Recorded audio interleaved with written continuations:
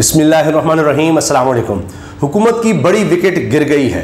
आपने देखा होगा इस वक्त मुसलसल बात हो रही है खैबर पख्तूनख्वा की कि जनाब पीपल्स पार्टी को भी इतराज़ हो गया है, नून लीग को भी इतराज़ हो गया, अवामी नेशनल पार्टी भी, दीगर जमातें भी जनाब मौलाना फजलुर रहमान को तनकीद का निशाना बना रही हैं और बड़े गुस्से का इजहार कर रही हैं कि यहाँ तो गवर्नर राज है और वहाँ पर तबाही और बर्बादी है। अब ये मौलाना साहब को टारगेट क्यों किया जा रहा है?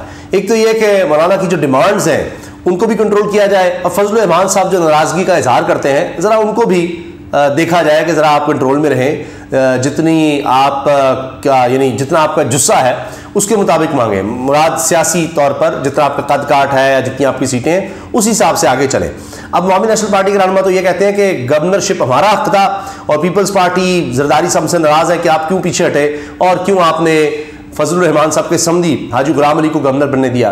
खैर, अब खैबर पख्तूनख्वा में तो बहुत बुरे हालात नजर आ रहे हैं। आज वहाँ पर असातिज़ा ने एहतजाज किया और जिस तरह से उनके खिलाफ पुलिस एक्शन हुआ, उनको ज़दोकोप किया गया, तशद्दुद का निशाना बनाया गया, हत्ता कि वहाँ पर कैमरामैन जो प्रेस क्लब के मेंबर हैं उन पर तशद्दुद किया गया कि वो क्यों ये तशद्दुद दिखा रहे हैं, क्यों इसको रिकॉर्ड कर रहे हैं, उनसे कैमरा भी छीन लिया गया। और जब इस पर राब्ता किया गया तो ज़िला इंतज़ाम के अफसर कहती हैं कि जी हम तो ये कुछ करेंगे, हम किसी को इजाज़त नहीं दे सकते, क्योंकि ऊपर से ऑर्डर्स है कि इतना जुल्म करो, इतना जुल्म करो, कोई शख्स बाहर ना निकल सके, कुछ ना हो सके। अभी ये भी इतलात है कि जो लोग निकले थे एहतजाज के लिए और कुरान पाक की बेहुरमती के खिलाफ जिस तरह एहतजाज हुआ उसमें भी जो लोग शामिल थे उनको भी गिरफ्तार किया जा रहा है, उनके भी घरों पर छापे मारे जा रहे हैं। मगर अब इस सब का असर उल्टा हो रहा है। लोग इतने बदजन हो रहे हैं कि ये अपनी लड़ाइयों में पड़े हुए हैं कि लड़ाइयाँ क्या है कि जी खैबर पख्तूनख्वा में हमारे लोग लगाए जाएं, हमारे लोगों की तैनातियाँ की जाएं, इलेक्शंस आने वाले हैं, वक्त कम रह गया है, ज़्यादा से ज़्यादा अपने लोगों को सरकारी नौकरियाँ, ठेके, पैसा, करप्शन जितना हो सके की जाए, एक दूसरे पर इल्ज़ाम लगाए जा रहे हैं।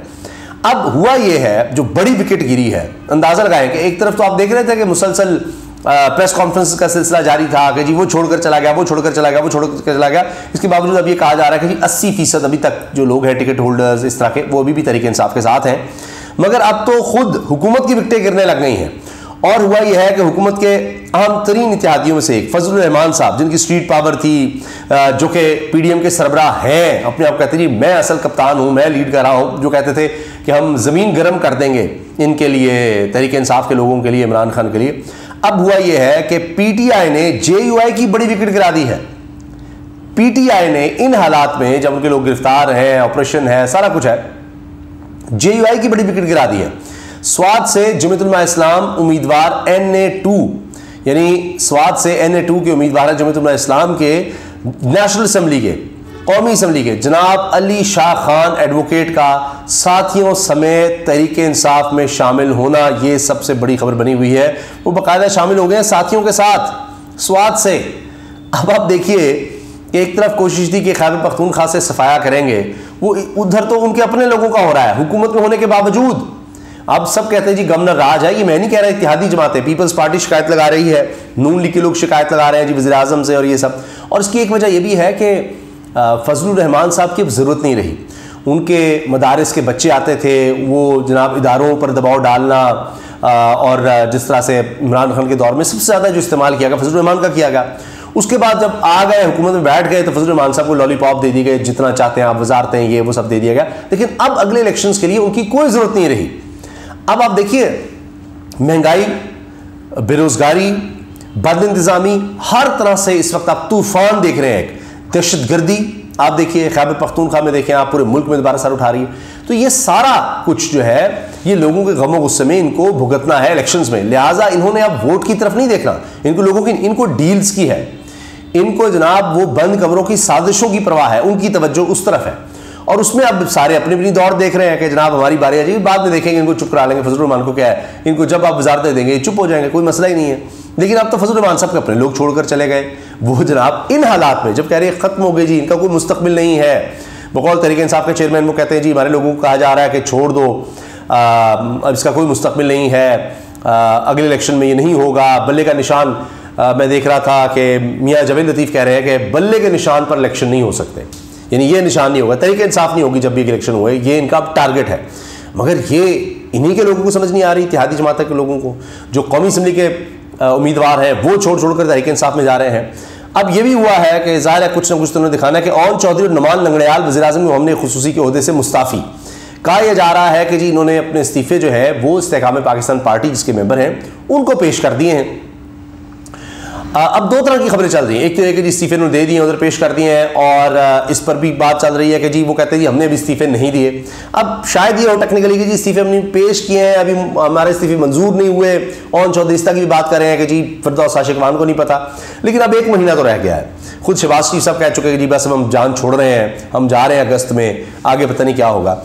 मगर इस दौरान कुछ और दिलचस्प खबरें, मिसाल के तौर पर टॉप ट्रेंड पाकिस्तान में क्या है जी इस वक्त सोशल मीडिया पे, इमरान ही होगा वज़ीर आज़म, नंबर 1 पे है। नंबर 2 पे है जी test tube baby Nawaz Sharif. ये इमरान खान साहब ने अपने हालिया खिताब में कहा कि इस्टेब्लिशमेंट ने, उस वक्त की इस्टेब्लिशमेंट ने मियाँ नवाज शरीफ को बनाया, और ये उस वक्त के टेस्ट ट्यूब बेबी हैं इस्टेब्लिशमेंट के। किस तरह इनको लाया गया कि जी वो मियाँ शरीफ मरूम थे, तो उन्होंने कहा जी किसी एक बेटे को तो सामने लाना है, तो मेरा जो ज़रा इस तरह का बेटा है जो बिल्कुल ही एक कुंद ज़हन है या कुछ नहीं है, दूसरे को तो कारोबार, इन शहबाज शरीफ को तो कारोबार में लगाना है, उसको जनाब आप कर लें आगे, तो वो इनको ले आए।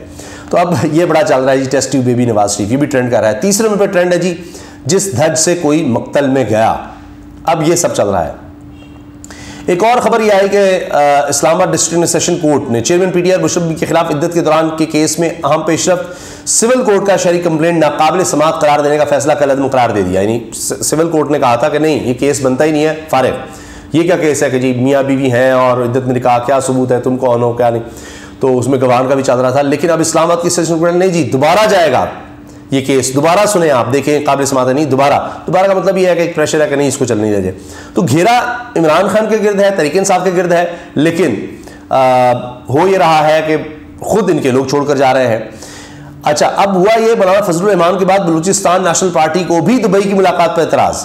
आपस की लड़ाइयाँ ये बंद कमरों में, जनाब बंद कमरों में हम भी तो बिठाएं, हमारी जिम्मेदारी है, हमारा इस्तेमाल करें। दिलचस्प खबर एक और जनाब, अगर तरीके इंसाफ हिमायत ना करती तो IMF प्रोग्राम की बहाली मुश्किल हो जाती। अब ये कौन कह रहा है? ये मोहम्मद जुबैर साहब कह रहे हैं, जो तर्जुमान है नवाज शरीफ के, मरीम नवाज साहिबा के, साबिक गवर्नर सिंध हैं। और ये कह रहे हैं जी PTI अगर कहती कि हम कर्ज प्रोग्राम की हिमायत नहीं करते तो फिर IMF हमें आकर कहता कि अब बहुत मुश्किल हो जाएगी। साबिक गवर्नर सिंध जुबैर उमर, ये नून लीग के सीनियर रहनुमा कह रहे हैं, इतराफ़ कर रहे हैं कि जनाब ये अभी भी तहरीक इंसाफ इमरान खान की अहमियत इतनी है कि वो अगर ना ये यकीन दहानी IMF कराते कि जी हम भी इस प्रोग्राम में साथ हैं, तो मामला ना बनता। दूसरी तरफ मैं देख रहा था कि पीपल्स पार्टी के फैसल करीम कुंडी साहब कह रहे हैं कि IMF जाकर किस तरह मिला एक शख्स को जिसके खिलाफ इतने केसेस हैं, तो इस पर FIA को, एंटी करप्शन पता नहीं किस किस इदारे को कार्रवाई करनी चाहिए। तो बहरहाल ये सब चीज़ें हो रही हैं। एक और बात जो इस वक्त ट्विटर पर सहाफ़ियों की सतह पर बहुत ज़्यादा है, वो है कि जी आप ये देखें कि ये सहाफ़ी हैं जी हसन अयूब खान साहब, इनके 2 प्रोग्राम्स अब वायरल हो रहे हैं, 2 क्लिप्स। एक 16 नवंबर 2022 का है और एक है जी 12 जुलाई 2023।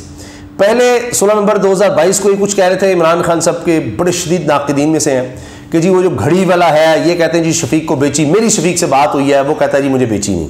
फिर दूसरी तरफ कहते हैं जी मेरी शफीक से बात हुई है, एक जगह कहते हैं जी उसने तो ये कहा है। तो यानी फिर इस पर सदीक जान कहते हैं इसी वजह से बड़ी बड़ी कंपनीज खसारे में चली जाती हैं जब इनके नुमाइंदे भंड मार देते हैं।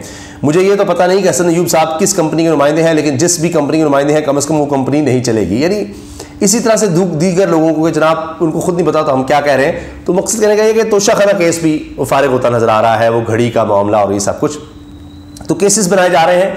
लेकिन जिन लोगों ने लोगों से वोट लेना है, जो अवामी नुमाइंदे हैं, जिनकी पल्स है, पल्स पर हाथ है, लोगों के पल्स पर, वो देख रहे हैं कि जनाब इनकी नब्ज़ लोग किस तरफ देख रहे हैं, क्या सोच रहे हैं, तो वो तो अभी भी तहरीक इंसाफ की तरफ आ रहे हैं अपनी पार्टीज छोड़ के।